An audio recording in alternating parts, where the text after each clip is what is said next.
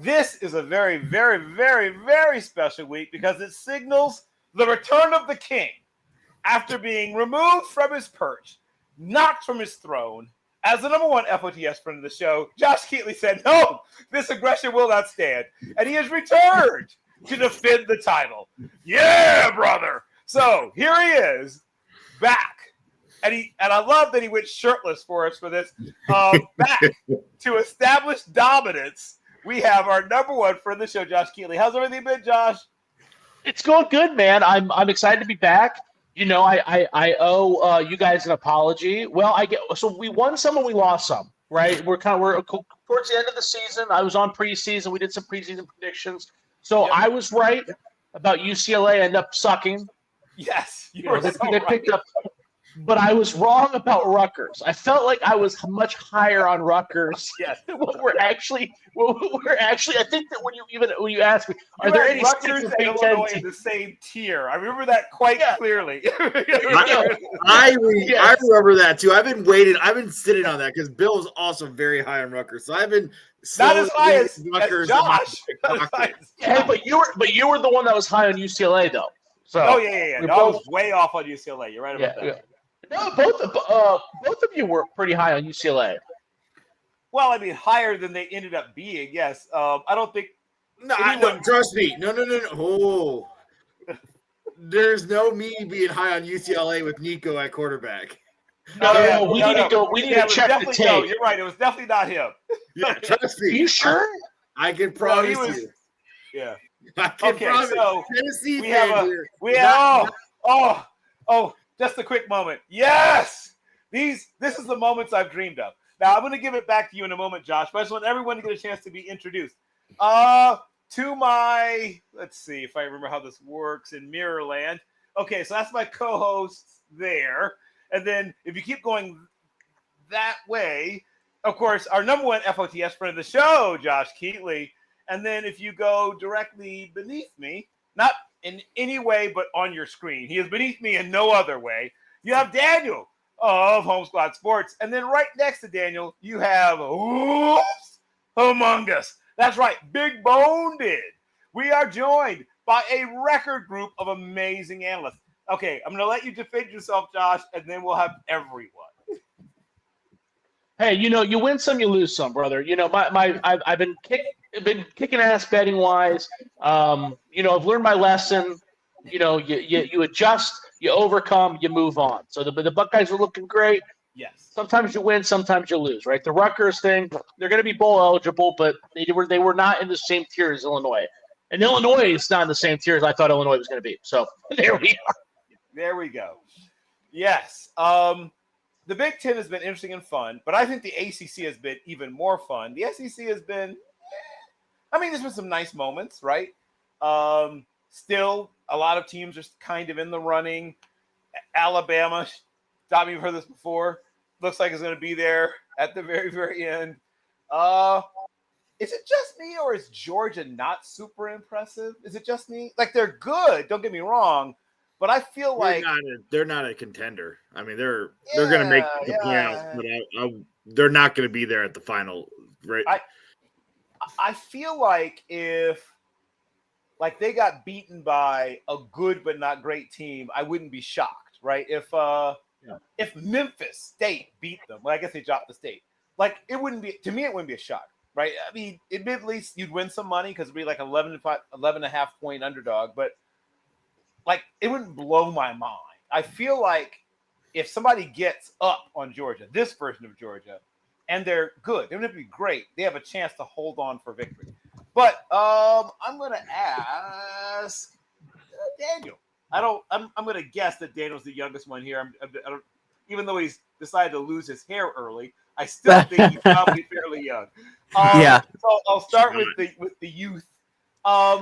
When you look across the conferences, the Power 4.2 or whatever it is now, tell me about what you think are the most interesting teams, your favorites to end up standing atop their conferences all said and done, and then give me a sleeper team in each conference that you think might sneak its way into a title game.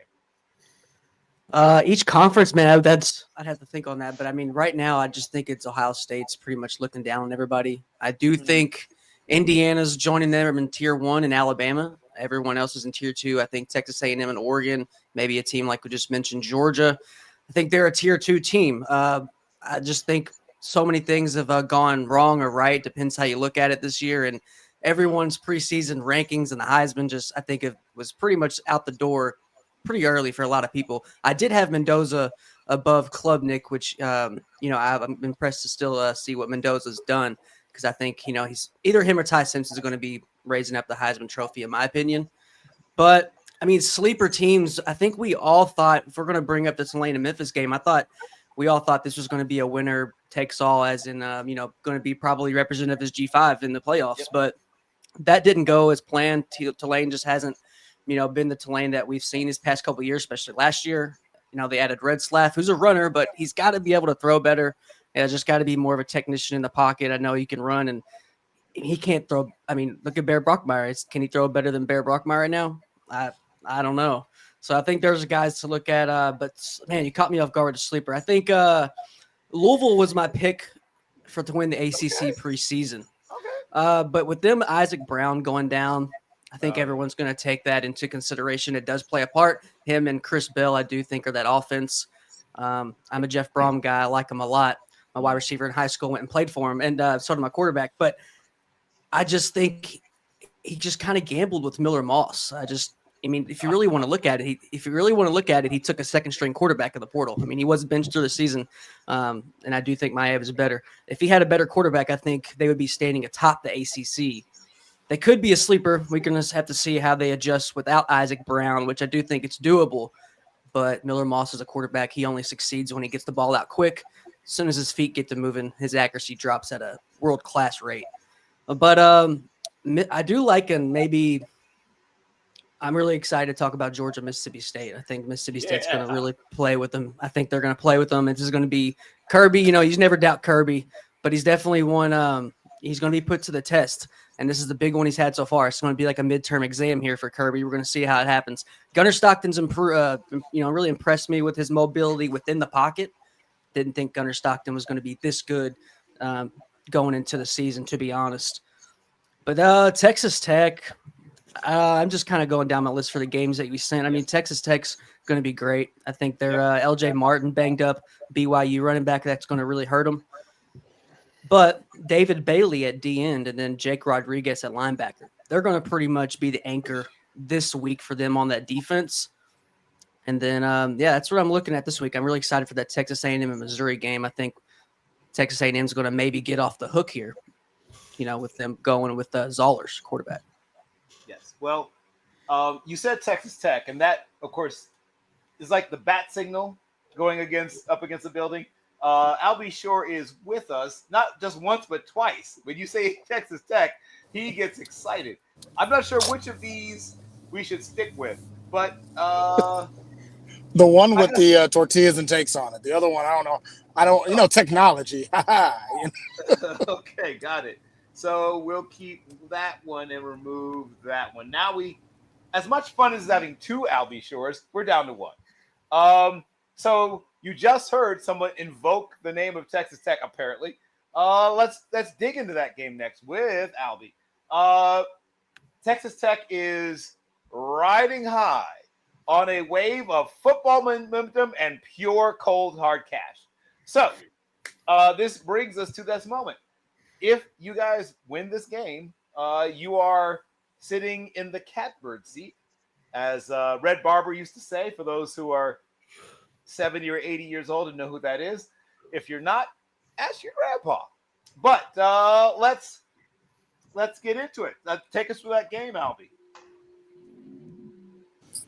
Yeah, so this game in Lubbock, Texas this weekend is the biggest game we've seen in 15 years, or 17 to be exact. It is the biggest game in Lubbock since the Crabtree catch. And I've really thought long and hard about this. I try to be the guy, the well-actually guy, and come up with other games that are just as important or just as big. And there isn't one. There isn't one that is as big as this one. And you kind of seen it all in Lubbock this week. I mean, not only do we have College Game Day coming. We the Snapback Sports guys, they're coming on over. A lot of Josh Pate's coming. Just everybody is big for this monumentous occasion of this game, top 10 matchup in Lubbock, Texas. And this is a way for Texas Tech and BYU to showcase themselves on the grand stage. I mean, I don't think either team has been the talk of the town in college football across the nation in a long time. And so with that all being said, there's a lot of attention to it. And as a Tech fan, I'm a little nervous. And I'm actually not nervous about the team and the matchups and all that other stuff. I'm a little nervous about how much attention it's getting, right? They haven't announced it yet, but all signs are pointing to George Strait coming to town.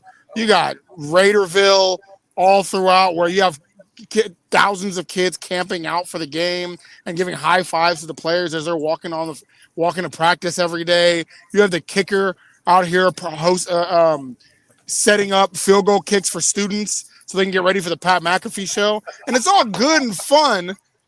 Like, I don't want to be that Debbie Downer, but I'm like, man, a lot of y'all ain't used to this. You know, Bear Bachmeier has a whole like expose about him and the wild things that him and his family have done for him growing up. And I'm like, y'all aren't used to this. So what happens on Saturday when it's actually time to win the game? That's a great question. Hold that thought. There's something about when it's the first time. Everyone remembers your first time, right? For Texas Tech, this is something your first time in a long time. I kept thinking they were going to maybe even bring back Michael Crabtree and maybe sacrifice him right before the game, or induct him, whichever. Depending how things go. But this is like you said, you're right. It's the biggest moment, maybe in the history of the city of Lubbock. I don't think I'm overstating the case at all, right? This is obviously if this goes well, there will be children conceived, either towards the end of the game and shortly thereafter. If things do not go well, woo! Oh boy. Well, I hope that they approve lots of overtime for the local constabulary. I guess is what I would say about that. There will be children conceived regardless, who wins this game. Yes. They will mostly be in Utah regardless, but there will be children conceived. Well put. Well put. The difference is that if Tech wins, the children will be conceived out of a wedlock. And Yes, there you go. Well, somebody's definitely gonna find their fifth wife tonight. This week. Yes, there It's we gonna go. happen. It's that kind of party now. I wanted to chime in real quick as one Raider to another, albeit a different kind, and I am wearing my 2026 Fernando Mendoza draft hat for the show tonight. It reminds me a lot of what happened last year when Cal hosted Miami and the Calgorithm hit Twitter and absolutely exploded to the point where ESPN did game day from Berkeley, and Cal couldn't overcome the Hurricanes and the refs and kind of knocked them back out of the national mouth. So I'm hoping all the best for Texas Tech because I'm certainly not a BYU rooter, and it would put them on the map as far as the season is concerned and definitely make them a conference front runner because, I mean, let's face it, it's not like Iowa is a juggernaut. So yeah, I like Texas Tech in this game, and they're going up against a freshman quarterback who's comported himself fine this season, and they're undefeated. They're a good team, but 10.5 points at home with all the hoopla, it's kind of hard to go against Texas Tech in this one. Well, let's go around the room. Does everybody agree with Big Boned that the Texas Tech Red Raiders will be indeed conceiving love children during or after this game? Okay, Yes, I see a sir. nod from Daniel.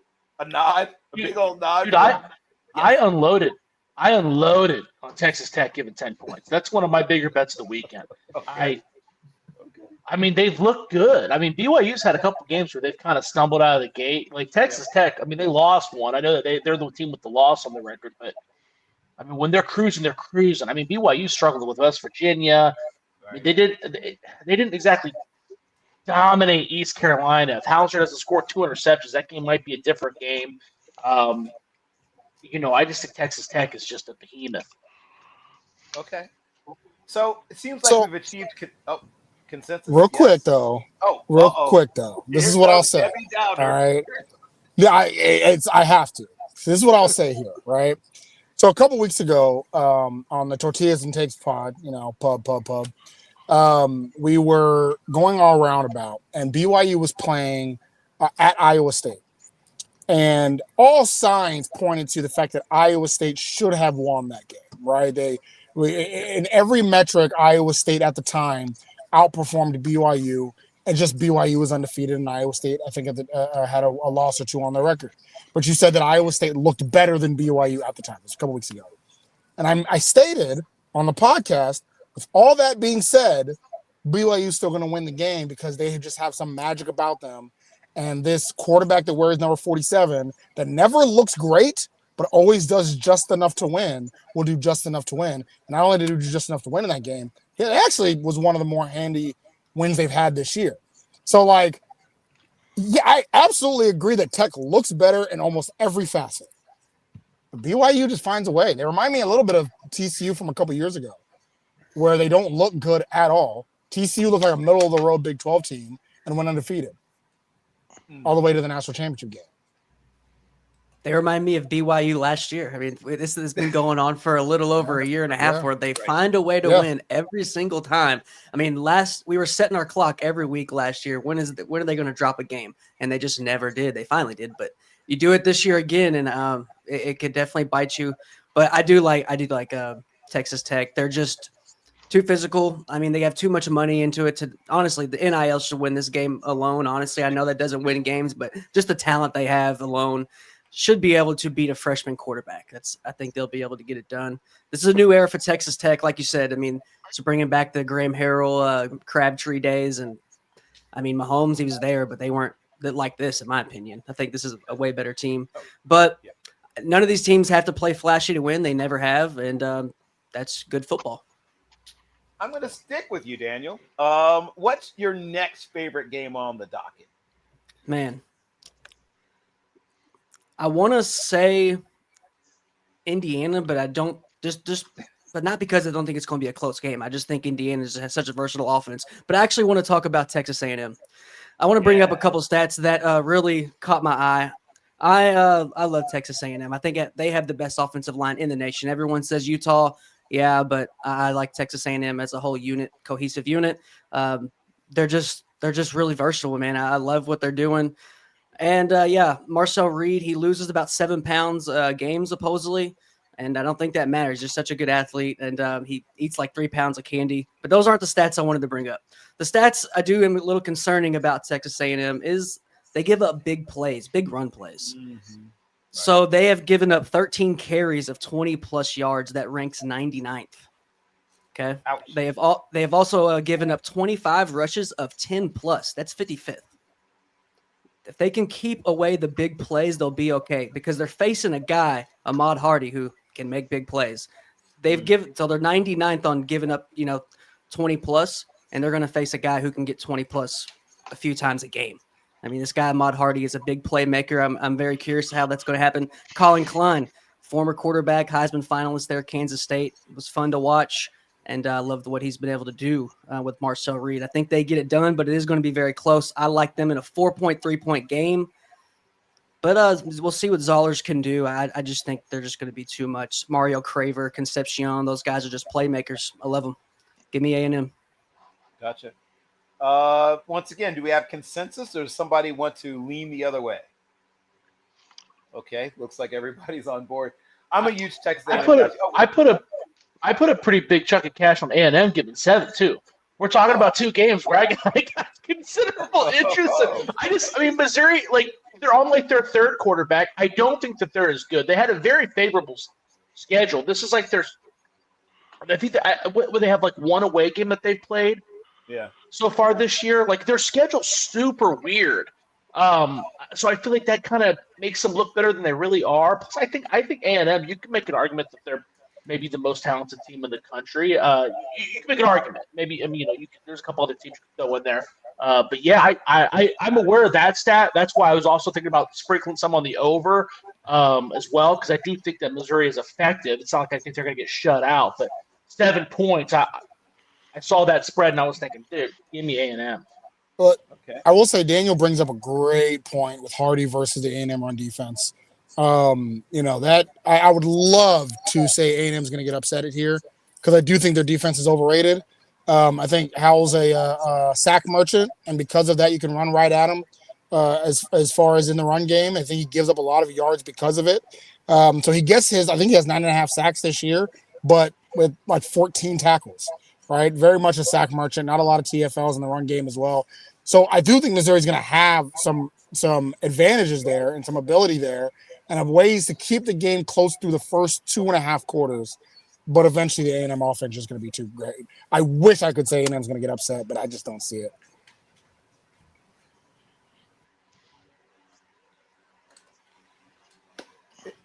I love how consistent you are, Albie. You always have something to throw in there that makes everyone feel a little bit worse.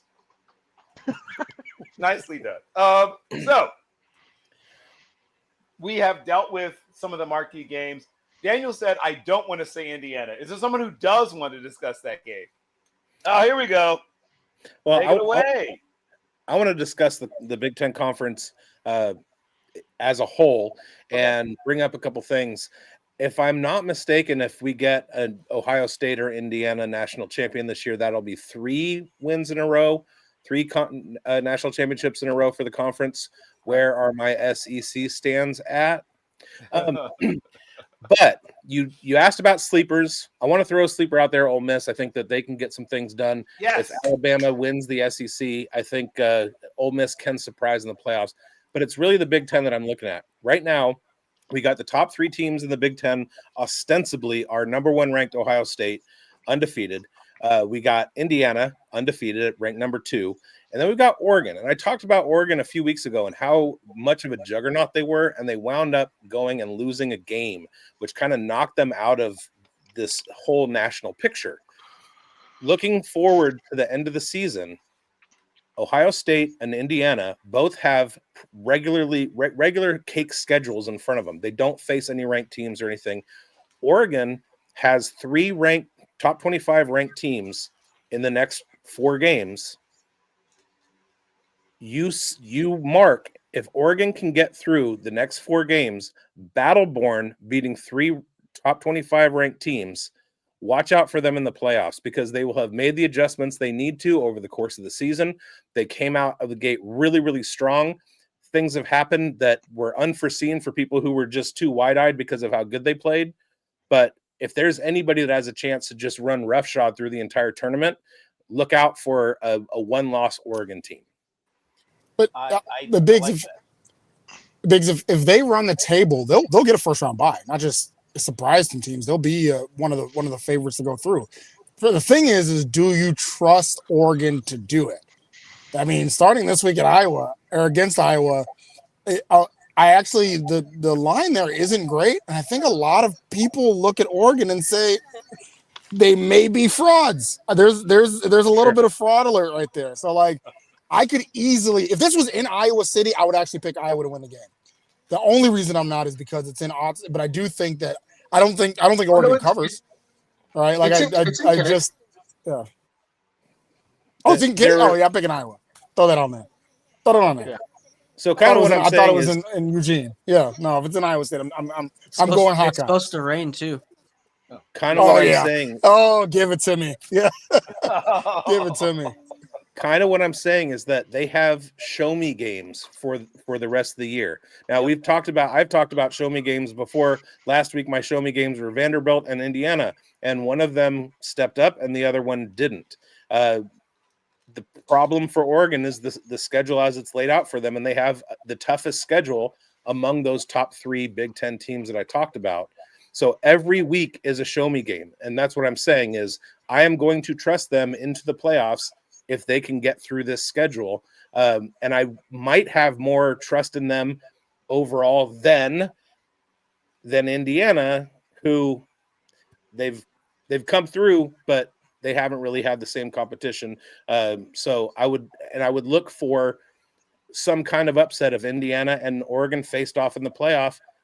I might have to lean Oregon simply because they got through this with 4 wins in the next 4 weeks. Indiana's the one that beat Oregon. I understand that.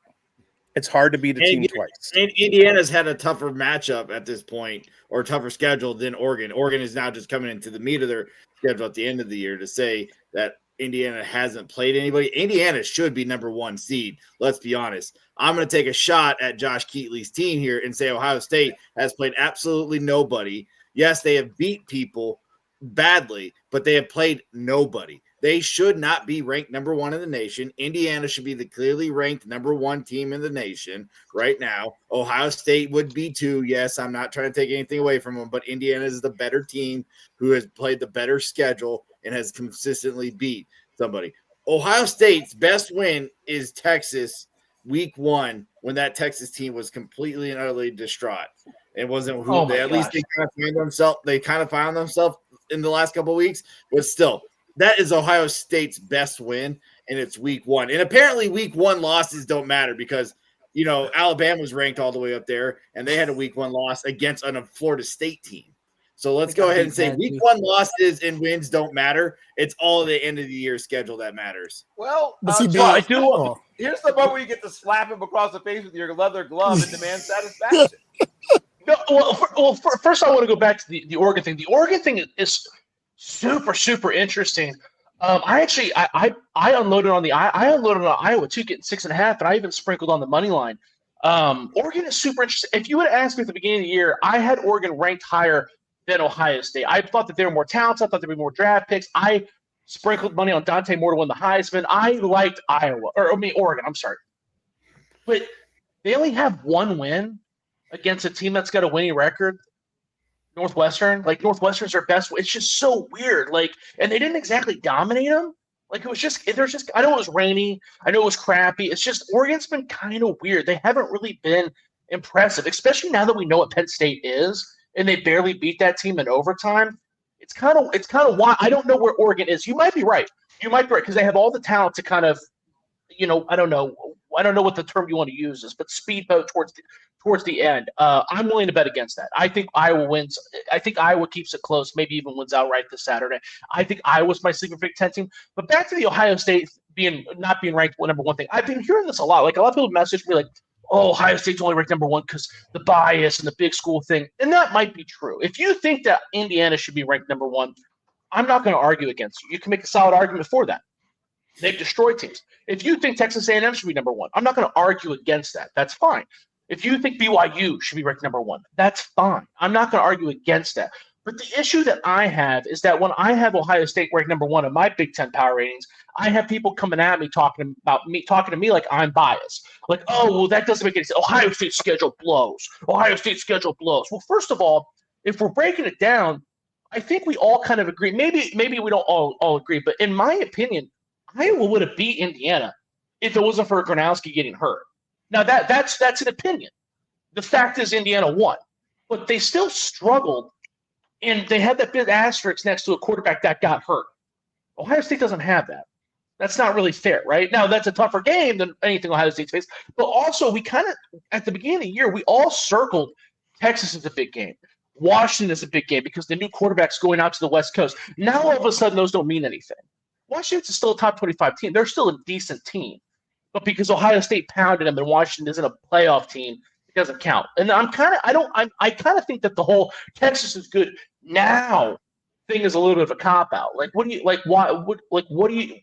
does that matter? What does that matter if they're hitting their stride or they're improving? That's still a Texas team that had 6 months to prepare, 9 months to prepare, all the anticipation, just like Ohio State. How do you know that maybe the SEC just sucks ass?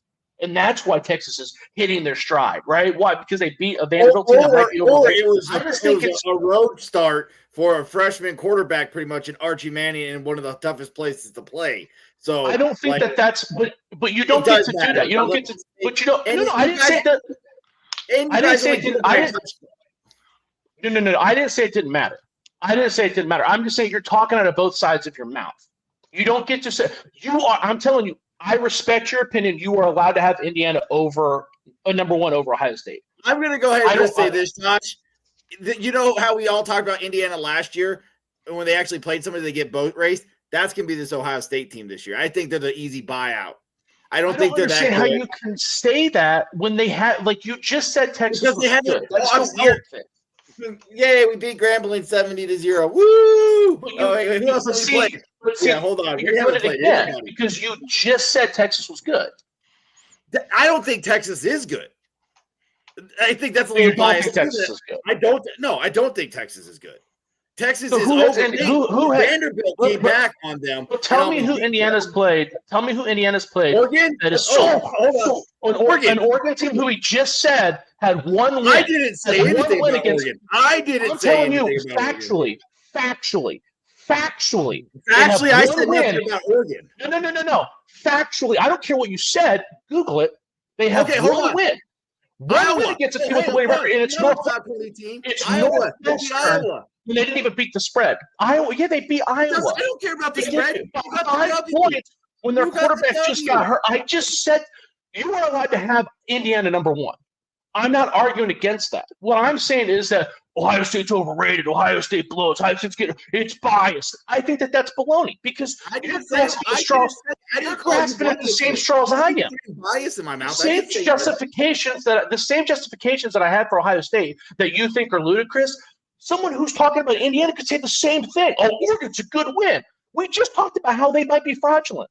They might not be. They might be great. They might win the national championship. Well, their best win is against Northwestern, right? And then their second best win against an Iowa team that might have won if not for the starting quarterback going out. I'm not saying you're wrong. All I'm saying is this conversation takes place in absolutes, and I think that that's insanity. I think that that's insanity. Indiana beat Illinois. Is a good ranked. It's not ranked anymore, but was in the top 10. Still won 6 Did Ohio games. State not beat Iowa. Illinois?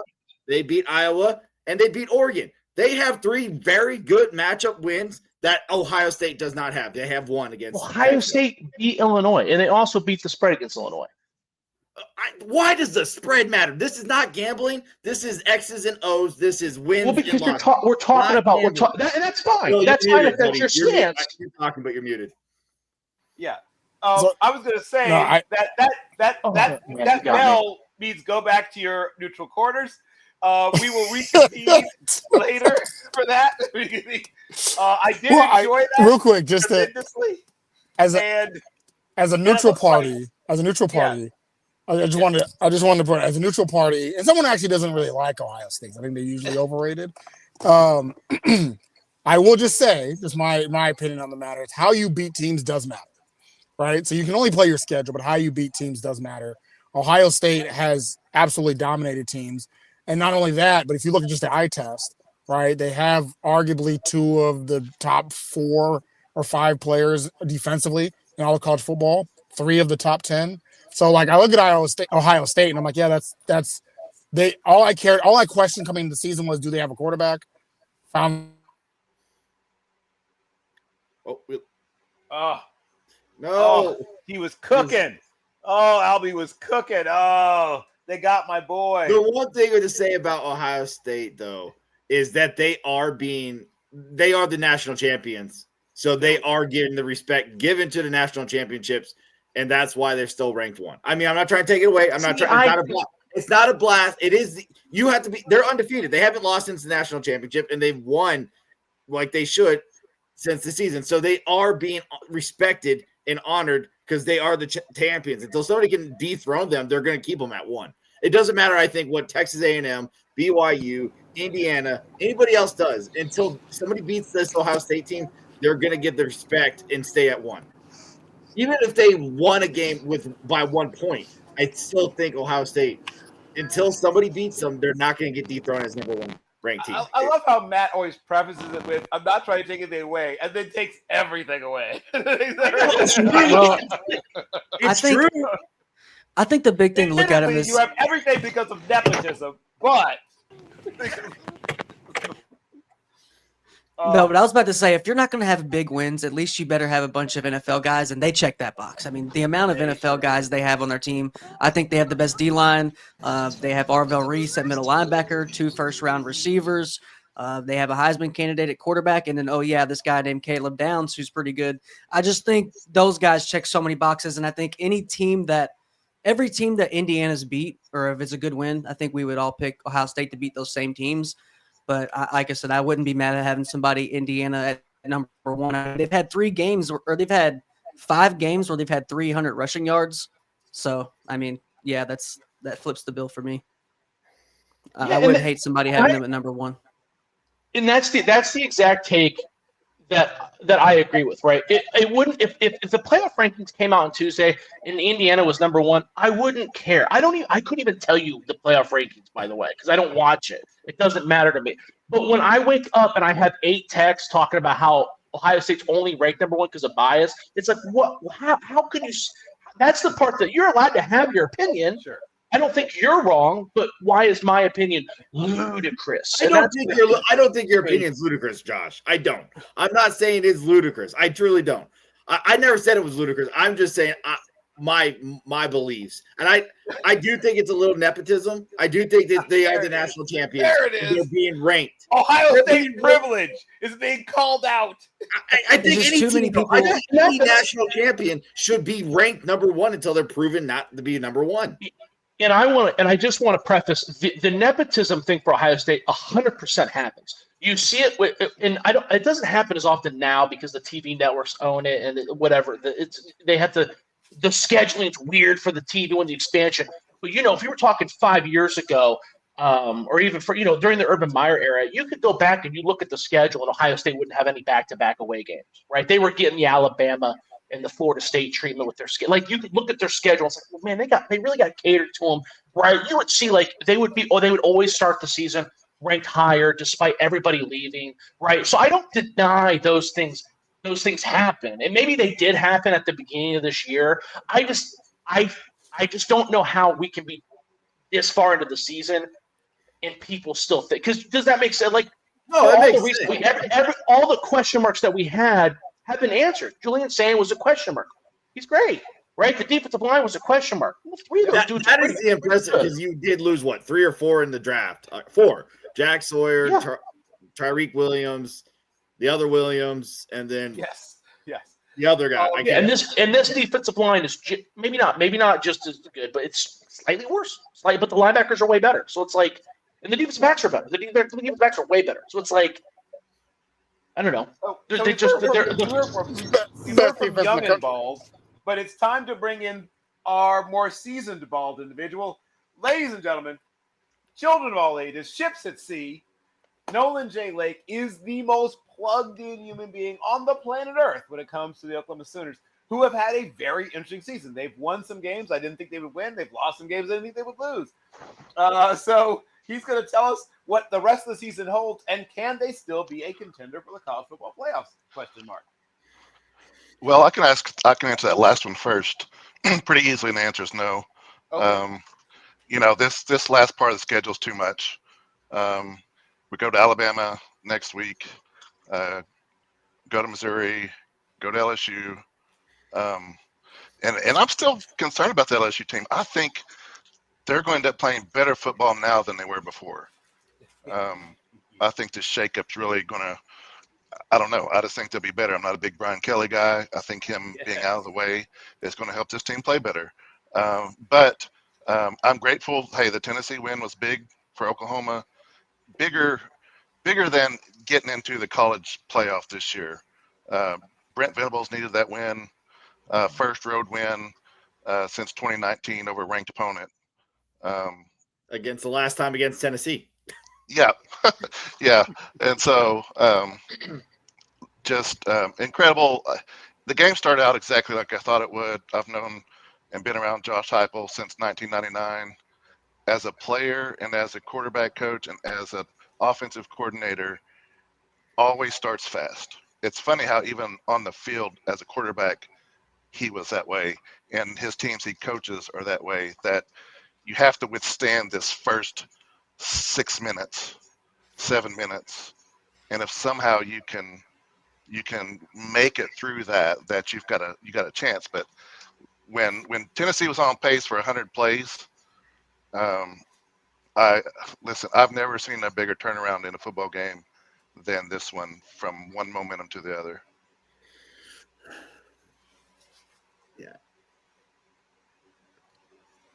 That brings me to my next question. Mhm. So you just said Oklahoma is essentially going to have a good season, but not probably be a college football playoff team. Yep. In your mind, there's not at least a 25% puncher's chance they can run that table, beat LSU, beat Alabama, stand astride the – no?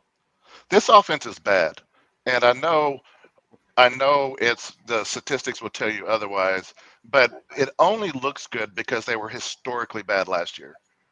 You know, if you're a 110th ranked offense and you go to the 60th ranked offense, that's a massive improvement, and you're still not good. And so, you know, I liked how the offense was able to do things towards the end of the game, but let's be honest, the defense put this game on their back, and literally, I said this while we were watching the game. If our Mason Thomas does not score that touchdown, we don't win. If he would have stopped anywhere out of the end zone, I don't think we scored a touchdown at that point. We're kicking a field goal there, and I think it completely changes the way that game rolls out. And so I'm glad he hopped in on one leg. Yes. Worth the price of maybe, you know, him missing some practice. I think he'll be back next week. But I mean, it's just like he's running, and I'm like, if he does not score, we will not win. And I think he knew that too. It's just kind of tell by the way he was running the ball, you know, stiff arming for 25 yards, that he knew was like, if I don't do this, we're not going to win. And shout out to Greg Jennings for retweeting that when it was posted with putting the team on his back. That was a beautiful, beautiful moment. Like anyone of a certain age, that moment got you right here, right? I mean, I'll be honest. I had Oklahoma not only in my preseason, you know, making the college football playoffs. I had them in my preseason top 5. I thought they were going to be maybe a one-loss team, possibly even undefeated. I was a little too high on the defense, apparently, maybe not way too high on the defense, maybe slightly too high on the defense, and apparently way too high on the offense. I'm a big Mateer guy, and of course he got hurt, and I don't know if he's 100% right now. I know he's playing and everything, but he doesn't seem to have the same zip or the same ball placement as he did before. Is that just me, Nolan, or do you think he's not quite 100%? Honestly, first of all, I've had issues with his ball placement from the beginning, before the thumb issues. There's just certain routes I just don't like him throwing. There's a reason why we have so much of our offense running to the sidelines. You don't want him throwing over the middle. The funky arm motion he has, the way he's not much at dropping the football in. I think it's not hand related at all. I think the Texas game and the mistakes he made in that game fried him. The bad throws he made in that game fried him, because what you've seen since then is a quarterback afraid to throw the football. It wasn't because his hand was hurting. It was because those 3 interceptions he threw were all terrible. And if you look at game film since then, almost even against Ole Miss, there's key plays that wide receivers are running wide open, and he's just back there, just standing holding the football, afraid to throw it. And so I think the middle part of the Texas game has been a bigger issue than the hand thing. Huh. Okay. See, that's why I bring Nolan on, because of his insights.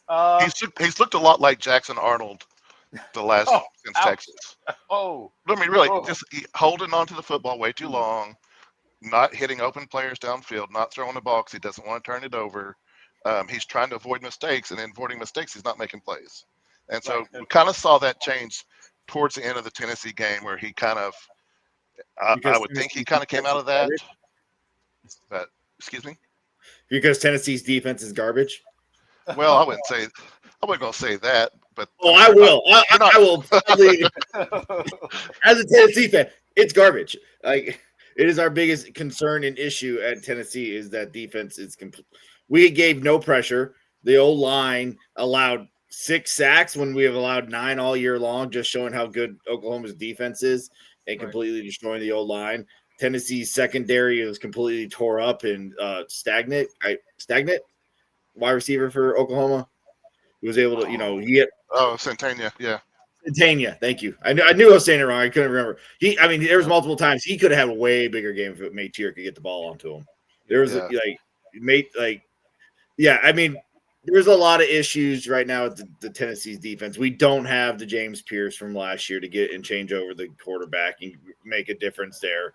We're hurt in the defensive line. Hobbs and everybody's playing half injured throughout the year. Yeah, I 100%. If Miles Kitcheman could make the tackle, that I don't think we lose that game. But that Bill Stone be able to run it down was the game changing thing, because that was a 14-point swing. We were definitely going to probably score a touchdown there if it wasn't for that play, and that would have probably been too much for Oklahoma's offense to come back from 14 points down. Yeah, I think that would put Mateer even in a bigger pressure place for him, and I think it would have caused him to play even worse. Again, going down 14-0 like that. And so, R. Mason only played 17 snaps, but he's got to be had the biggest impact on the game. And it's rare that you would think that a play that happens 6-7 minutes into the first quarter would have that kind of impact on the rest of the game. Usually those kind of plays, they happen in the third or fourth quarter. You're like, it changed the game, but this game changed really quickly. Because Tennessee was given everything was working. Everything was working for them. Oklahoma was making dumb penalties. If we got them in third and long a couple times, helped them out. And it's just like, here we go. Classic Brent Venables team. And then, Heineke comes in, knocks that ball loose. He takes off running with it. I also like to say that I mentioned last time I was on here, Bill, about Grayson Halton. Yep. And he was his stats don't show up, but he was huge in that game last week. I think Tennessee ended up with 63 yards on 35 carries. He came in when R. Mason went out and basically kind of filled in the gap. He's not a big pass rusher guy, but he made it was just nice having a big run stopper there in the middle. He was a huge impact player coming in and stopping that. And then the turnovers. Oklahoma hadn't got turnovers all year. And, I don't know what was going on with Aguilar on a couple of those. Not the fumble, but the interceptions didn't really make a lot of sense. I'm not sure. It was easy because he hasn't had all year long. He's had a rushing attack, and he didn't have a rushing attack. And then he also has only had 9 sacks, so he hasn't had to really worry about pressure. So he didn't have a rushing attack, and then he was getting pressured and sacked 6 times. So he was really out of his depth. And I love Joey, but that showed every team. If you can get to Joey and throw him off, you're going to be able to stop him, and he's going to make mistakes. He made those 2 big mistakes late, early, middle of the game that kind of just was too much to come back from after the big fumble return touchdown. You guys could have had, I think there was another interception that was dropped by Oklahoma at one point. Yeah. I mean, for Tennessee to even be in that game at the end of the game because of the Mateer bad interception to the, I forget who caught it for the Tennessee Volunteers, but I mean, that was, I thought, dumb. I mean, you didn't need to be throwing the football in that situation, and you were able to run on us that whole game. So I don't know why you were. I can tell you what happened. I'll tell you exactly what happened. That was all on Mateer. He opted. He audibled into that. We had run play called, and this is my concern with him because there's the safety against Tennessee. He audibled into the play running wide zone, and I mean, sometimes RPO is a bad thing. Mm-hmm. Sometimes you just need to have a run play or a pass play.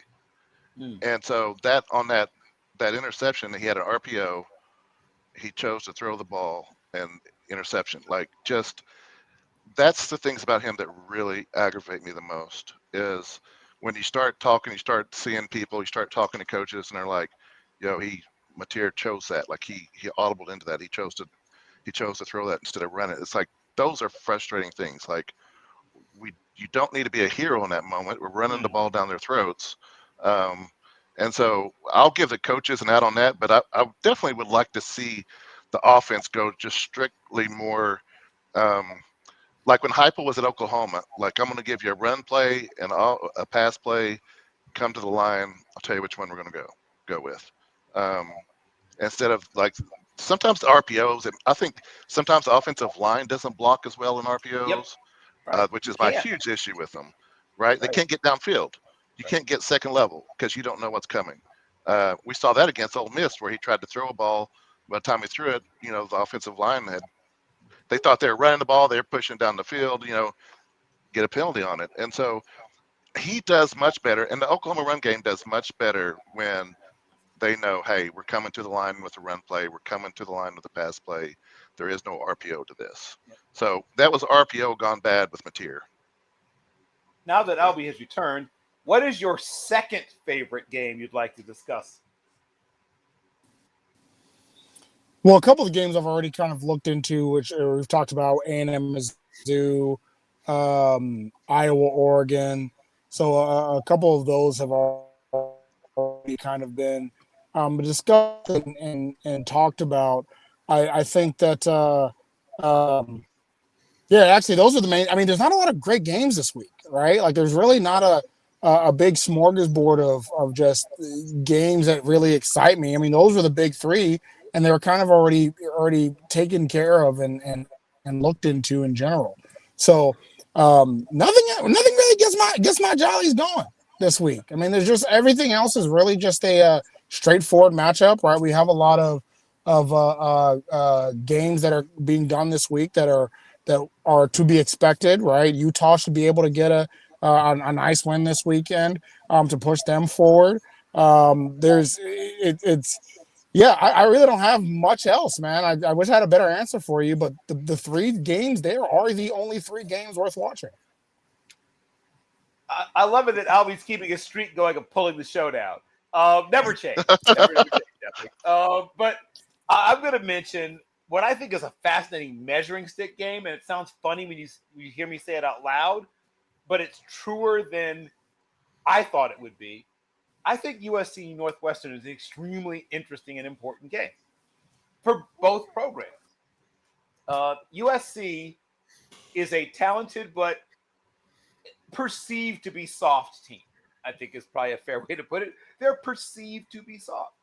Northwestern isn't super talented, but nobody thinks they're soft, right? Nobody would ever in a million years accuse Northwestern of being soft.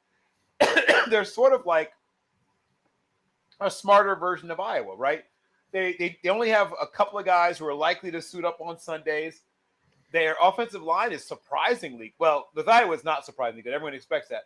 But if you haven't watched Northwestern football this year, watch their offensive line play. It's like, okay, Northwestern. They've got one definite top 50 prospect, I think, in their offensive line, and then two guys I think will hang around the league for a while on that offensive line. They have a couple of defenders that I think will play. Once again, not studs. I'm not going to say anything crazy like that, but like one or two guys I think will get drafted, and then another 3 or 4 guys I think hang around the league for a while as undrafted free agents. Like, this is a more talented Northwestern team they've had in a while, though they're not out-talenting USC. I want to make that very, very clear. But I think they're disciplined. I think that they play super hard. And for me, it's when they don't turn the ball over, they're a tough out, right? It's like that kid that you fight in school who isn't as good a fighter as you, but they can take a lot of punishment, right? And they want it maybe a little more than maybe they care a little more than they should about this fight, right? They keep getting up and coming back when they probably should just, lay down, like stop coming. They've won some games that they probably shouldn't have won, right? I thought they'd be a 6-7 win team. They have a shot at 8, possibly 9 wins. And then USC is sort of the reverse, right? They conceivably could be better than they have been. They have a lot of talent. They don't always play tough or smart football. I am a huge Jaden Miava guy. I'm probably the biggest Miava guy you're ever going to see, but Miava has also had some up and down games. He's had games where he looked like a guy that if he came out would be a middle of the first round guy. And he's had games where he looked like a guy who should definitely go back to school. And sometimes it's the same game sometimes, right? Sometimes it's just, it's like, what happened there, right? So Northwestern's defense, while it's not sexy and it's not loaded like Ohio State or some of these other defenses, they do. One, if you throw them an interception, they will catch it, right? The defensive backs tend to catch interceptions when they come to them. Their pass rush is high effort, right? It's not a blow past you, not a throw you out of the way. It's if you hold the ball or you wait a little too much for somebody to break open deep, they'll get you, right? They'll get you. So I think this is why you're such a great host, because only you could make this USC Northwestern game exciting and something that we actually want to see. He's a homer. That game gonna stink, Homering brother. hard for That game gonna stink, brother. I know you Bill, think that, and I know why Bill, I'm you with think you. that. I know it's gonna be a good game. I know you think that. I know why you think that. I do. I've watched more Northwestern football than probably any person you're ever going to meet. I have watched every single one of their games, even UL Monroe. Like, I watched all of them, right? I watched Tulane. I watched all of them, right? And two things. They have gotten better, in air quotes, on offense, right? As they realize that Caleb Malafe is their offense, right? They just need to run the football. When they do that and avoid turnovers, they can give people trouble. They can give people a tough out. If you just watch these two teams like in practice, you'd be like, USC by 100. I get why you think that, right? But I promise you, this will not be USC by 100. Listen, hey, as someone who's familiar with Lincoln Riley, there we go. And I'm probably one of the very few Sooner fans that I've had no issue. I had no issue when he left. I was glad he left.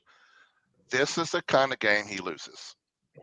This is the kind of game that it's close in the fourth quarter, and somehow he manages to steal defeat from the hands of victory. It's different how it looks each time, but I can tell you, as many times, even as watching USC football, and even when he was at Oklahoma,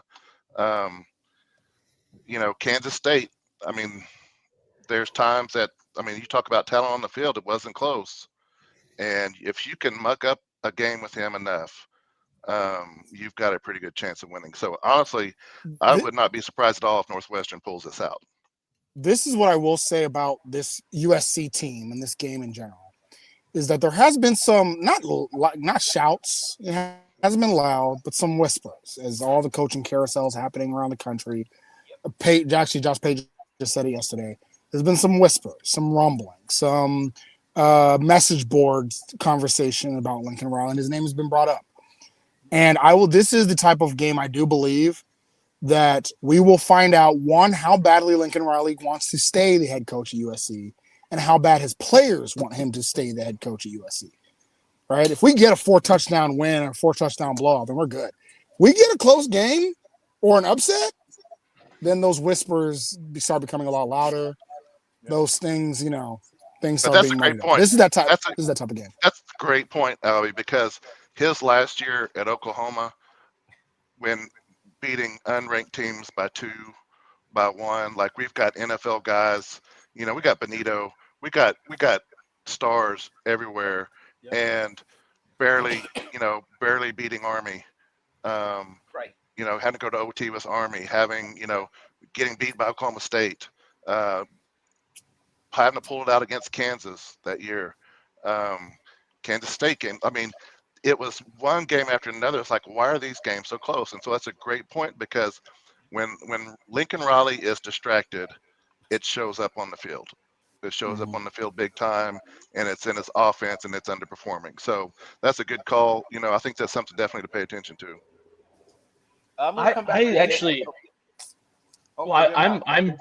I'm pretty invested in this game as well, both financially and mentally. I took USC dropping the 14. I agree with you, Bill. Northwestern, we say it on my podcast all the time, is we try to say, we don't want to say Northwestern is good, because every time we say a team that's not good is good, people blow up our benches. But Northwestern has a pulse. They've always had a pulse. The only team that's destroyed them is Tulane. Yep. But everybody else, And I don't even know. Like, it's like I give some credit. Like, they had the new quarterback like 2 weeks before. I don't. Whatever. It is what it is. But like, they haven't gotten dominated by anybody. Even the Oregon game, they didn't get dominated. They just don't get dominated. But I guess I'm banking, and they have a bye week, right? So that's another big, questionable thing in Northwestern's. And USC has flat out just not looked impressive. They didn't look impressive last week. They just keep inching by these wins. They just keep inching by these wins. But it feels like Lincoln Riley knows what's at stake. It feels like he knows the schedule. He knows he's got Iowa, Oregon, and UCLA left. If you can't dominate and he's not. You got to dominate Northwestern, dude. You got him at home. You got him in prime time. They're traveling across the country, dude. If you can't smush them into the ground to try to claim your stake, you might be looking for a job, man. So that's kind of what my handicap was, is that if they don't win this, I don't know how he saves his job, because the schedule's hard. It's hard. I mean, even the game against UCLA. That pulse is fading, but it is a rivalry game, and Iowa and Oregon are better. So he's got to get this. Yeah, well, one way to save your job is by having another job waiting. That's one way to save your job. He's good at that. I'm going to go to Daniel. I was about to go to Daniel, Daniel, first of all, thank you for hanging on through Matt and No, it's a pleasure.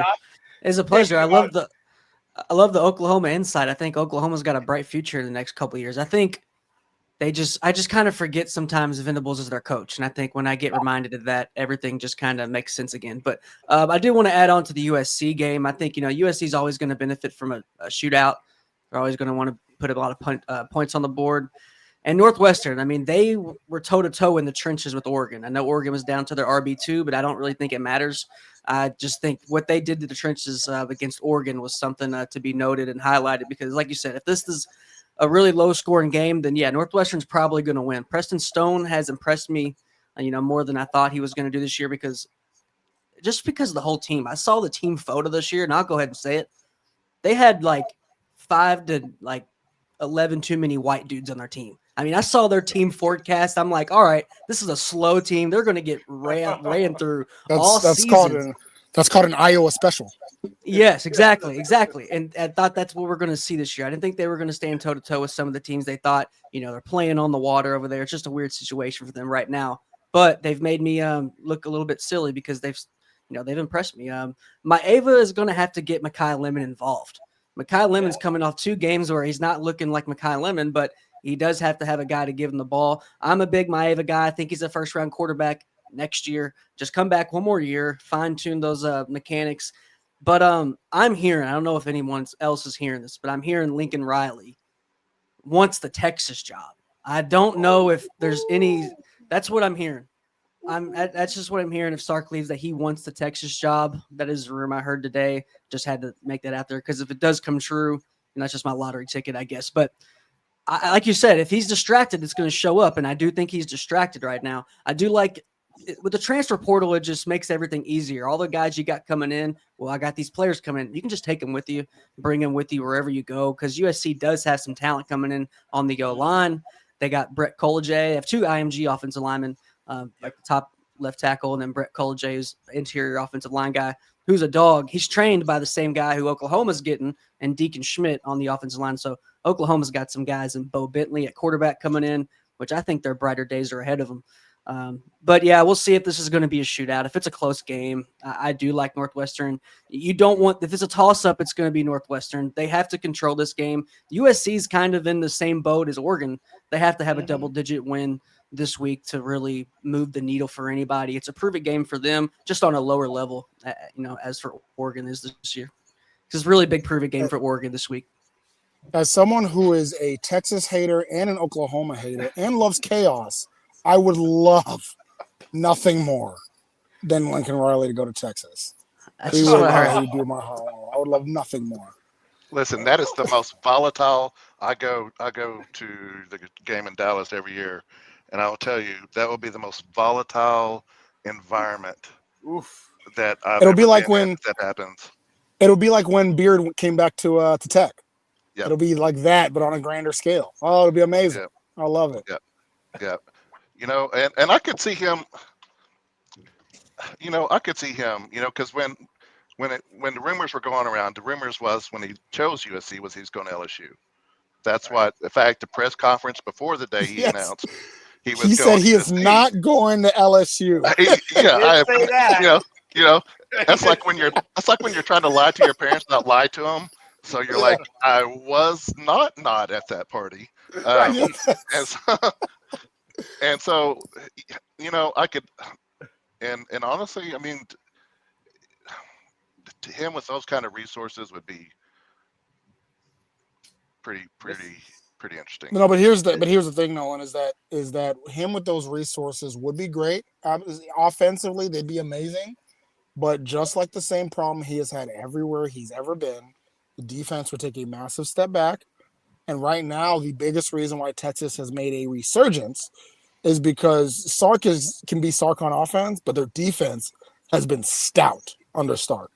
And that's the reason why they're back. It's not because of Sark's up and down offense. It's because the defense has always been steady for the past 3 years, and that is what's kept Texas up near the top. So if you switch that out with Lincoln Riley, to where now the offense will likely get better with the resources, just like they were in Oklahoma. But now you're back in the same thing Oklahoma was dealing with a conference that actually does know how to defend the Lincoln Riley offense. Well, and the truth is when Lincoln was at Oklahoma, the further he got away from Bob Stoops players, the worse it got. You know, he gets a lot of credit for things that for some guys that were already there, and then once, you know, he brought in Grinch, and I hate gimmick defenses. Like if your defense needs a nickname, like something's wrong. Like you should just be able to go out and just go play. Don't tell me your speed. Don't tell me your speed D. Like that means nothing to me. And I mean, of all the coaches he took with him, I was like, thank God he took that one. No, Grinch is probably the worst DC amongst the Power Four. But like, right. it's just Worst Ohio State defense in like the last 2 decades. Alex Chris. Yeah. Right. So Yeah. this is a perfect segue to the coaching carousel. Sell. So if indeed, supposedly, somebody's angling for the Texas job, by extension, that assumes that Steve Sarkisian is going to be coaching elsewhere, right? I guess unless they're going to co-coach. So I'll go to Josh. Where do you want to see? Where would you like to see Steve Sarkisian coach next? Why? I guess I'm just confused. Why would they fire him? I mean, they fired. He would. Like he would just leave. I think that voluntarily? Steve goes to the NFL. In that situation, I think NFL. Steve goes to. Well, he had his people. that's He had his people leak the information that he's interested in an NFL job. You know, what was that 2 or 3 weeks I don't ago? know. I don't think that that's a good idea. You know, but that was information leaked out a few weeks ago. His agent, some people just happened to put it out to the public. I don't know what that's for. I don't know if it was to bait Texas into some more dollars, or if it was a real interest to go to the NFL. Maybe I he think feels it's like he's done all he can do. Yeah, no, I think it's to bait himself into more free time. That's what it is. You go to the NFL, your job is cut in half. You don't have to worry about recruiting anymore. You can just do football, right? And so most of these college coaches, if they could hack it, if they could do the thing, they would go to the NFL. The NFL is ask Cliff Kingsbury. That's the reason why he stayed in the NFL. He's like, I don't have to do Absolutely. half of the job. Yeah, if I don't have to leave, I will never leave. Right. Yeah, we did an interview with an Ohio State offensive lineman when Justin Fry left, and I was like, "What? So tell me how that conversation went and whatever." And were you guys shocked? And he's like, "No, we weren't shocked at all. Fry's a cool dude, but he told us he don't want to be in college because it's year round. It sucks. I got to kiss this dude's butt. I got to kiss that dude's butt. I got to come here and coach you guys. Some of you guys, I got to kiss your butt." I mean, I guess he was very nice and respectable. But he was like, "See ya," and so I mean that makes sense. I mean what you're saying makes sense. Try to leave for the NFL. Yeah, it's just going to be so normal. Let's keep spinning the carousel. So if indeed Lincoln Riley leaves USC, that they're going to need somebody to coach. Well, I'll just real quick. I would just say that Texas hiring I understand why Lincoln Riley would want the Texas job. That makes a lot of sense. Texas hiring Lincoln Riley doesn't make any sense. Lincoln Riley's stock has taken such a massive hit since going to USC. And best case scenario, you'd be hiring Sark 2.0. That's best case scenario by getting Lincoln Riley over there. More likely is what I mentioned before, is that your defense would suffer. Your offense, though, might be more consistent, would go through the same doldrums that Nolan was talking about. And when he was at Oklahoma, the biggest problem that he had, like Nolan was talking about, is when he was playing a team like Kansas State, who he did struggle with because they muddied up the waters. They were at the time, the only physical team in the Big 12. All right, now the Big 12's gotten a little bit more physical, but at the time it was the only physical team in the Big 12. Now going against the SEC with a myriad of physical teams. So like that just wouldn't work out. So for Texas, I think that'd be a bad hire in a off season where they would vault themselves up to the number one job. Right? LSU right now is the number one job available. Texas now vaults themselves up to the number one spot. So you don't have to get Lincoln Riley, where you can get a guy like Dan Lanning, right? Or somebody to that effect. But that's the thing, though. Has the landscape of coaching changed due to the NIL and booster money? You know what I mean? Like, is a job like Penn State? You know, rumor has it that some of the reason why they fired James Franklin is because that giant Adidas check is coming in. Well, does that make that a better job than it was 10 years ago? You know, Oregon being run by Phil Knight and Nike, you have an endless stream of cash. Does that make that a top 5 job? Is Texas Tech the best job in the Big 12 by a wide margin because of Cody Campbell and the billions of dollars he has? So it's like a team like Texas. No question. Texas, I know that Texas is a top 5 job still, but you're also their money. Like the problem that I always heard about Texas and Texas A&M is that you get like these fans that are kind of, you get like it's like a group of rabid fans telling you what to do. But if you go to a place like Penn State, you're kind of dealing, or Oregon, you're dealing with like 1 or 2 assholes instead of like 30 oil barons. So I mean, I don't know. Does that make sense? Like I'm not saying I have the answers, and I'm not saying I agree or disagree. It's just, do we know where these jobs stack anymore? It used to be so simple. 10 years ago, we could look who's got the newest facilities, who's got the biggest facilities, who's got the biggest paycheck as far as the athletic department goes. But now I don't know. Like my gut tells me that Penn State might be the best job because that Adidas cash is coming in and in the mix of all that stuff. And then meanwhile, you got a team like UCLA 10 years ago. That'd be a great job. I don't know if it is now because, you know, no one cares. No one cares. They're not getting any money. So I don't know. You'll get CJ Kinney and you'll like it. They don't. Well, USC. You know what the best UCLA, job is? go ahead. I was like, you know what the best job out there is probably Virginia Tech. Those fans are loyal. You win 8 to 10 games a year at Virginia Tech in Blacksburg, you're going to be a god to that area. They're going to have enough money. You're never going to have to worry about winning a national championship. I mean, if you make the playoffs, the ACC's weak. You know, who knows what happens with Dabo down in Clemson? That could be a job. You know, there's those rumors are rumbling. But the ACC is a weak conference. You're going to get the money. They've already guaranteed $25 million to that football roster. So, and as long as you win 8 to 10 games, you win the ACC every other year, you're going to be a god to Blacksburg, into the Virginia Tech fans, faithful, and boosters. So, and you could win that and retire at Blacksburg and never need to be worrying about going to Penn State, Florida, or all these other big schools where James Franklin, he struggled winning the big games. He was one play away from being in the national championship, and he got fired 6 months later. Like, when you start talking about some of these bigger jobs, you got these boosters like Josh was just saying, who's going to be yelling at you and saying, I'm spending money. Why aren't we getting fucking results? Blacksburg, you're winning 8 to 10 games. You're a god. You never have to worry about anything. So, and they just added $229 million to their athletic budget over the next 4 years. Yeah. And so, yeah. And I don't think that stance is wrong either, because I've heard that argument. Like, if you're a coach, why not take the Kirk Ferentz route where you can just be a god somewhere by being slightly above average and never having to, compete for championships and stuff. But also, like, Kirk Ferentz is kind of like a unicorn where he's went through some battles where people want him fired. He's hired every son and every relative and everybody who's ever known him. And you know what I mean? Like we all remember Brian Ferentz as the offensive coordinator. Like those were kind of rough times. And for each one of Ferentz, you get guys like Glenn Mason who were fired, or guys like Gary Patterson who were fired who did that. So it's like I don't know if that's necessary. Like, is that in your Well, mind as a coach it's- too? Like, I don't know. It's It's just because weird. It's just a well, it's weird also thought. Josh because like everybody has this opinion that all these schools are 8 to 9 win schools. Every school's an 8 to 9 win and we're happy school until they're not. Right? Yeah, Every I agree. school is that until you do it for a few years. It reminds me a lot. I tell fans of schools all the time, don't get Bo Pelini. What I mean by that is that Nebraska had Bo Pelini. He could only win 9 games every year, and they were sick and tired of it. They fired him, and now they are so excited for a guy that just got them to 7 wins. Right? Well, Like that's where it You know, is. and Lloyd Carr walked so that Bo Pelini could get fired.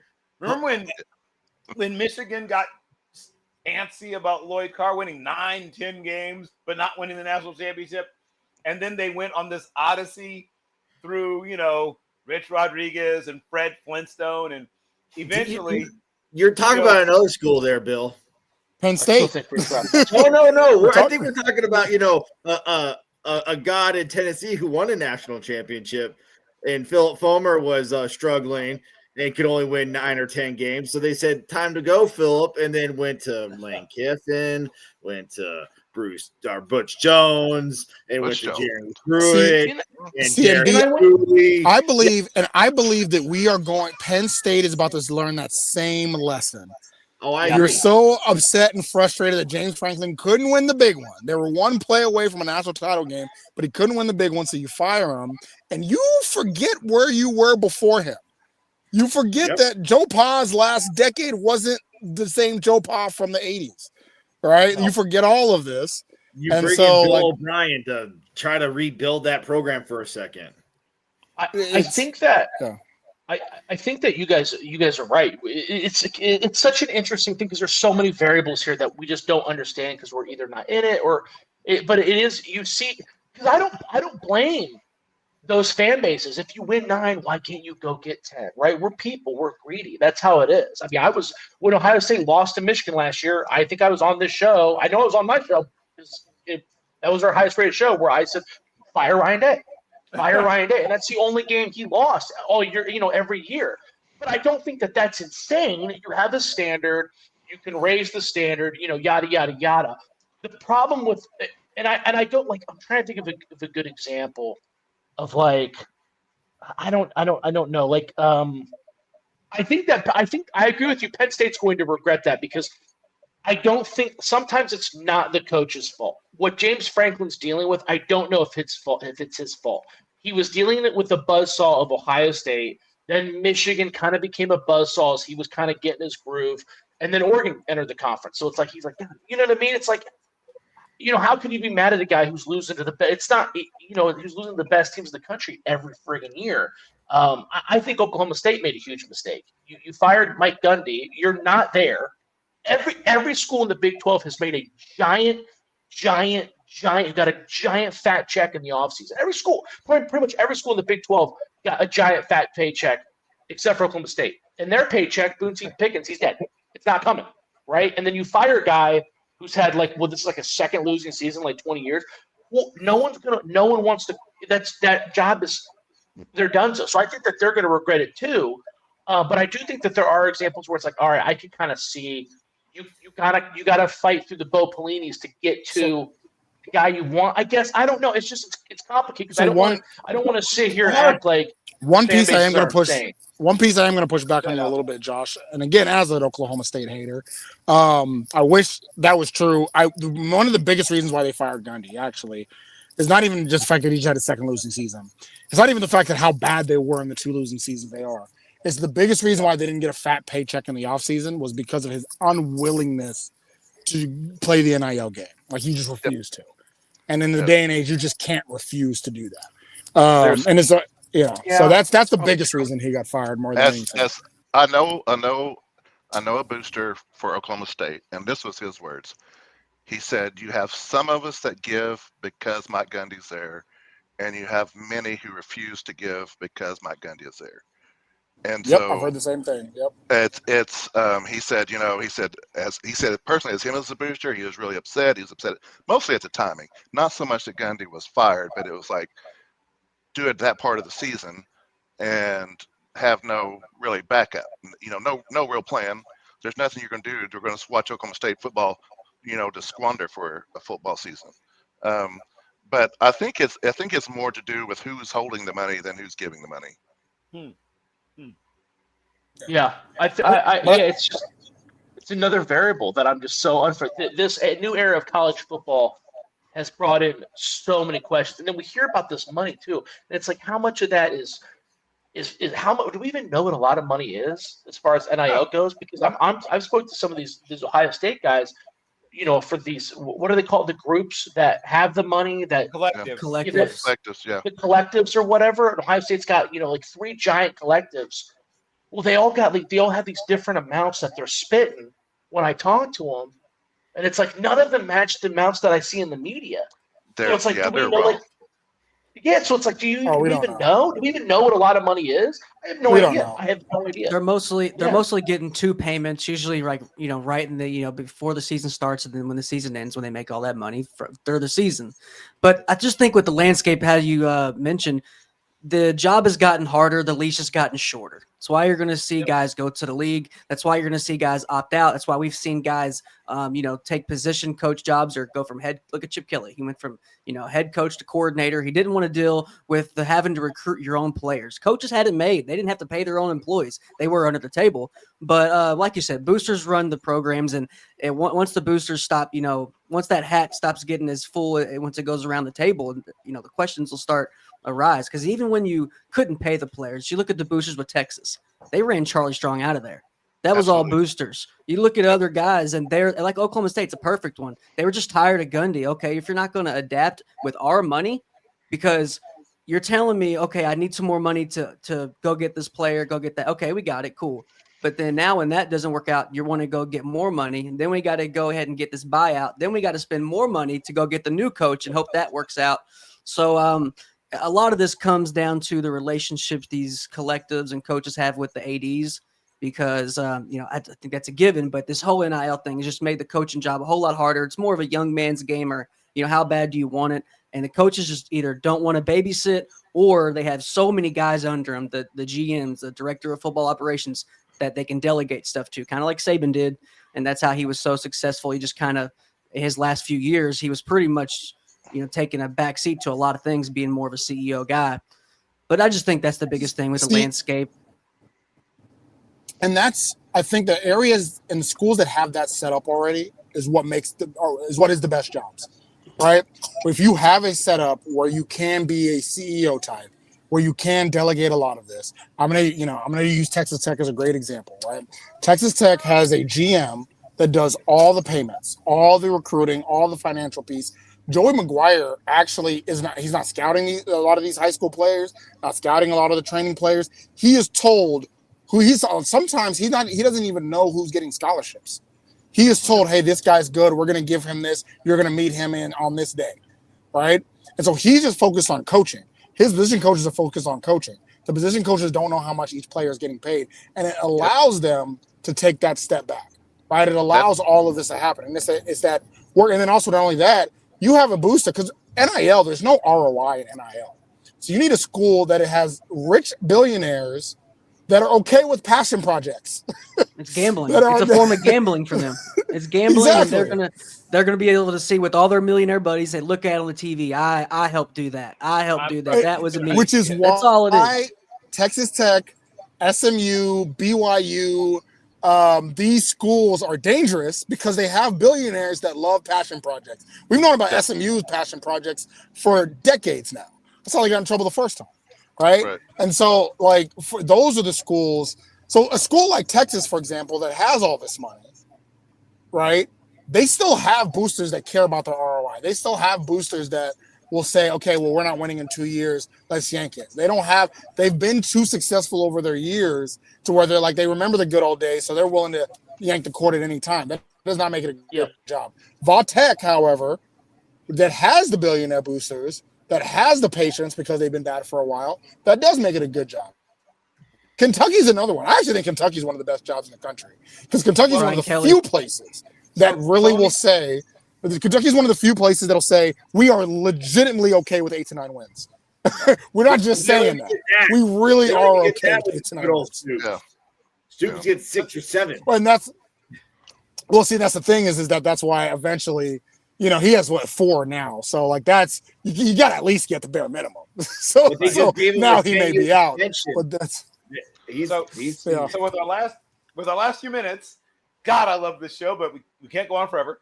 But I'll bring each and every one of you back, maybe not all together, because I love seeing Matt and Josh go at it. But each pick a job that's available, and then give us maybe 1 or 2 people that you think would be a good fit. I'll start once again with Young Bald. I'll go back to Daniel. Talk about 1 or 2 of the open jobs, and give me somebody for each one of those that you think is a good fit. Let's start with Kentucky. I like Brian Kelly or Summerall.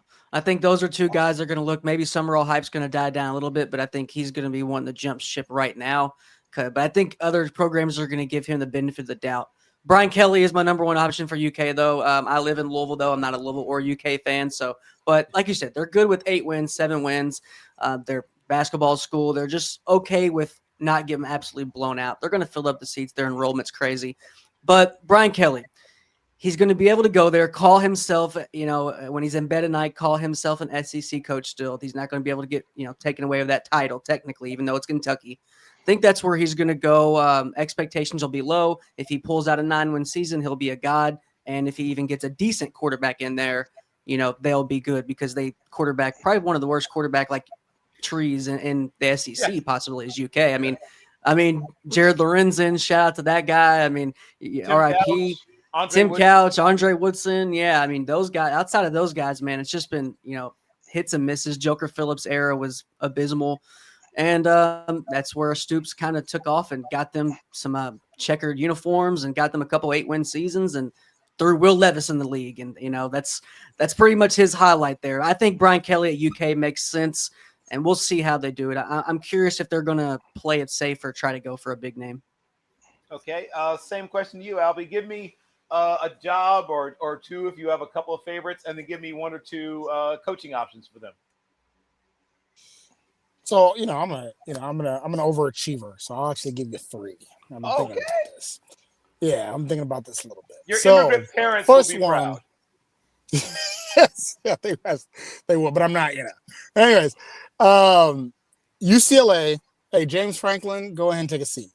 Ride it out, baby. All right. James Franklin at UCLA to me makes so much sense. It reminds me of his time at Vanderbilt, right? When he was at Vanderbilt, was able to recruit punch above his weight class, recruit above what they normally get over there, get you that nice 7-8 wins. He'll be able to do the same at UCLA. And actually, he won't even need to do that for them to be okay and then to be a little bit happy. Make some bowl games, punch above your weight class, and live in LA, right? Head up Keegan-Michael Key. I know y'all are boys. Y'all can do the whole skits where y'all look alike all the time. It'll be great. James Franklin to UCLA. All right. Oklahoma State. They're going to probably end up hiring like a GJ Kinney or there's a couple other guys that I've been hearing in the Summerall's another one. There's only one person that actually worries me for the job. Anybody else, I'm actually not worried. Only one person I'm worried, and it's Eric Morris at UNT. I think Eric Morris would kill it at Oklahoma State. He understands the landscape. He is from this area. He played in the Big 12. He also used to be an OC at Texas Tech. He knows how to coach, and not only that, everywhere he has gone, his offense has been great. Oh, they got my boy again. Curse you, internet. Hopefully he'll be back while that's being worked on. I'll go to Nolan J. Lake. Give me a job or 2 and a candidate or 2 for each one of those jobs. So for Florida, I think they take a real big look at Alex Golesh out of South Florida. Yes. The guy, first of all, he's familiar with the state. He knows the state high school coaches, which is to me still a huge deal for the head coach. So I think the offense he runs, the excitement he brings, it's just an exciting style of football that he runs. And let's be honest, Florida hasn't had an exciting style of football in, well, I don't know, 10 years. I mean, they've really not been an exciting team to bring in people to bring in, I mean, they're getting recruits. So it's not like he has to go reinvent the wheel. It's just being able to put it all together. For Oklahoma State, I kind of want to go off script here a little bit, and I'll say I'm looking at maybe possibly Colin Klein for that job. Familiar with the conference, a good offensive mind, solid, knows how to win. I think that he'd be a great fit at Oklahoma State. Okay. I'm going to jump back to Albie because he was building to a pulse-pounding climax. Finish your point. Sorry about that. So, yeah, I was just saying, Eric Morris, Oklahoma State, his offense has been great. He's been able to resurrect teams that were in the dumps when he took it over. I think he would be amazing at Oklahoma State, so I really hope they don't hire him. And nobody else worries me. And then last but not least, we were talking about Lincoln Riley before. Again, I don't really foresee a school like Texas making that choice. That doesn't make sense to me. I don't see a school like LSU or anything like that. However, if you all think about a school that has went out, saw a coach that was about to get fired at a major program, and said, we will give you enough money to leave your program and come over here because we think you'd be successful over here, and that is Arkansas. And I think Arkansas would actually be the one that would steal Lincoln Riley, and USC would go, oh, no, Lincoln, come back, just like Kentucky did with their basketball coach let go. So those are the three that I have there. Interesting, because all I'm hearing is Rhett Lashlee. But if you're Rhett Lashlee, why would you leave it? Why would you leave Rhett SMU? just resigned with SMU. Right. And also, exactly. that SMU's again, I'm a big hater. If y'all don't realize this by now. I don't like SMU either. I wish he would leave, but SMU's actually a great job. It's a great job. Yes, they have. He has a great staff. They have a great structure and endless amounts of money. Yes, you're correct about all those points. To live in, and also you don't have to do what every other coach in the country has to do, which is live in a city you don't actually want to live in. You get to live in Dallas.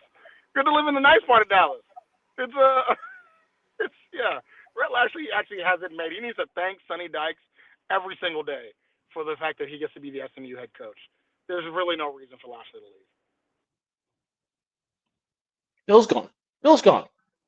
The host is gone. I'm back. Oh, thank God. I'm scared. Josh was ready to take over. I thought, Josh, you were going to just come in here and say you almost had your opportunity. But take it away, Josh. Give us a job or two and a candidate or two. Sure. Yeah, I'm going to answer this question. I'm going to bounce before the baby starts freaking out. So obviously I'm a Big Ten guy. Go ahead.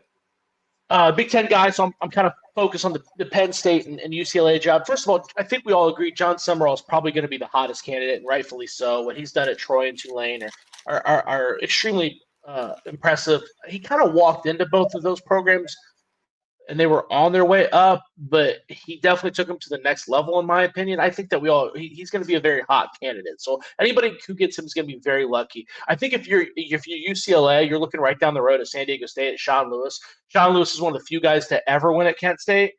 I mean, and then as soon as he left, the program just went in complete dismay. And then he took a San Diego State team that no one predicted to be any good this year, and they're very good, very tough. I think that Penn State, a backup would be Bob Chesney, currently at James Madison. I know he took over for Cignetti. This was not a program that was in disarray, but he won a lot of games at Holy Cross. He won a lot of games at, I think it was the D2 level before that. And he's from Pennsylvania. I was trying to – in PSAC, there you go. Like Cignetti. Yep, correct. Yeah, so it feels like a good fit if you can't get the big fish, which is Summerall. But thanks for having me on the show. Yep. I appreciate before it. you run, tell people they can find your work and follow you. Yeah, man. Follow me on X at Josh Keatley 16. Check out the Ohio State of Mind podcast on every Monday at 9 o'clock. We do our Big Ten predictions and then recap and preview every Ohio State game. So check me out. And now to your sparring partner, my co-host Matt Brunelli. Give us a candidate and a job or a job or two and a candidate or two, Matt. So I think, everybody's looking for the next Kurt Cinetti to be able to try to switch a program around really quickly, like, for Indiana. I think Arkansas might go over to Houston and try to call over Willie Fritz. Willie Fritz has been successful at all levels and everywhere he's gone. So, he started at East Central Missouri, Sam Houston State, then went to Georgia State to Tulane and now Houston, and he's successfully built something there every year pretty quickly. So I wouldn't be shocked if Willie Fritz finds another job. I don't know if he wants to leave Texas. I mean, that's where all the money is right now.